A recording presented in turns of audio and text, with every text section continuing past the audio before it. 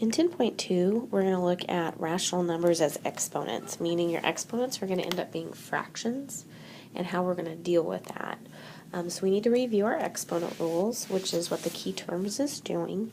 So a to the negative n is the same thing as 1 over a to the n, or the negative exponent rule. Number 2, a to the m divided by n, and this is a new one for us and one that we're going to look at a lot, is how we're going to deal with fractions as exponents. So you'll notice that the denominator of the fraction, which is n, ends up being the index of our radical, and the m, or the numerator, ends up being the exponent of the radicand. Number 3, that's a review, a to the m times a to the n. The pattern is to add your exponents if you have the same base and you're multiplying. 4 is a division, same base quotient rule, so we would subtract our exponents to simplify. 5 is a power to a power, and that's when we multiply our exponents. And 6 is a product to a power, or where everything gets that exponent. So really the only new one for us is that number 2. So rewrite without rational exponents. So how are we going to do that? Well, we're going to use that brand new rule that we just looked at. So that means we are going to have a radical sign. Our base is a. Our numerator is going to be the exponent of our base, or of our index, or of our radicand, and our index is going to be that denominator, or 4.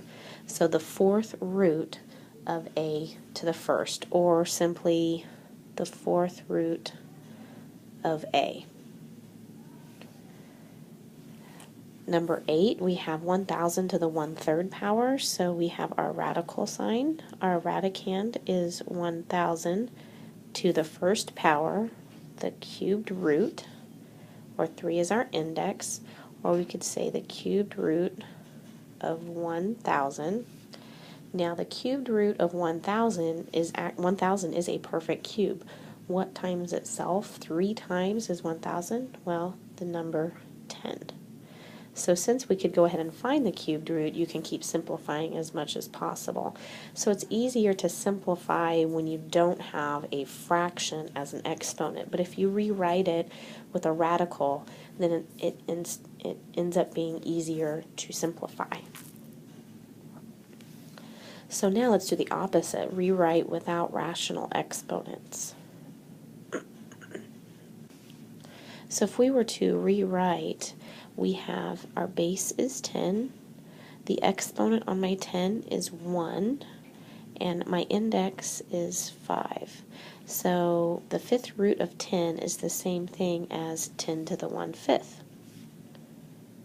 Here we would have the square root, and I'm saying square root because when there's not an index there, we do assume a square. So my base is x, my exponent on my base is 7, and my index is 2. So x to the 7 over 2. On 15, I have ab to the 3rd, and we want the 4th root of that. So my radicand is ab to the 3rd, and my index is to the 4th. So we could say 1/4.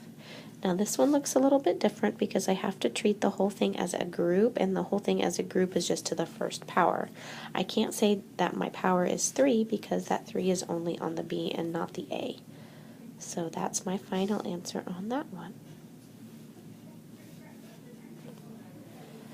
So now rewrite with positive exponents and simplify. Now we need to revisit our negative exponent rule. Recall that our negative exponent rule says if we have a negative exponent, we can make it positive by dropping it down into the denominator of a fraction. So there I am, just rewriting it as a positive exponent. Since I can't take the fifth root of 3 or x, then there's really nothing more I can do with that.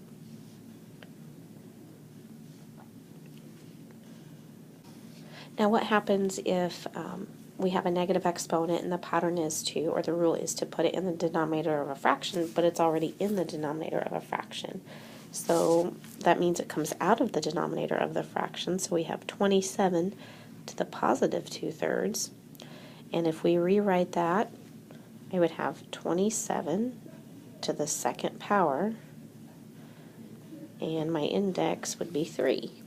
So I have the cubed root of 27 squared. So if I do 27 squared,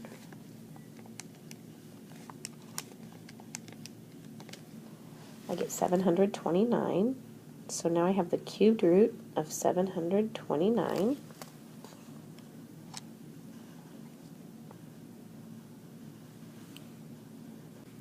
And when I find the cubed root of 729, I get 9. And you can just put that in your calculator.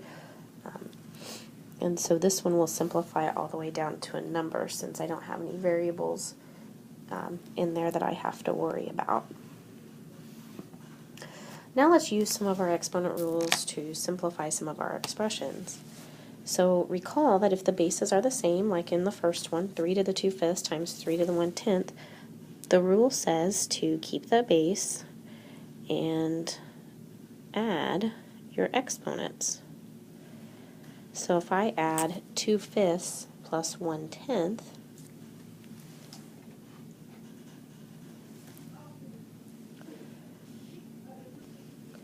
I get my base of 3, and 2/5 plus 1/10, when you add common denominators or put it in your calculator and simplify, you end up to the 1/2. So if we were to write it with a rational exponent, we would say 3 to the 1/2. If they wanted us to rewrite it without rational exponents, then we would have our base of 3, our radical sign, and our index would be 2. So just depending on how they want us to write our final answer, there it is written in both forms.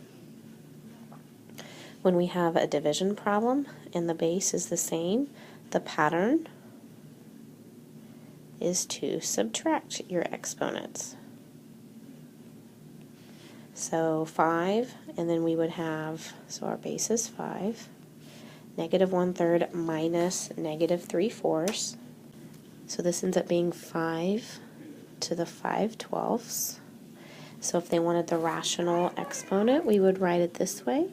If they wanted us to rewrite it without that, then we would have 5 to the 5th, and whatever that is, the 12th, or the 12th root of 5 to the 5th. Probably just write it 5 to the 5/12. So the rules work the same that we've been using our exponent rules, even though we have fractional exponents. You still follow the same patterns.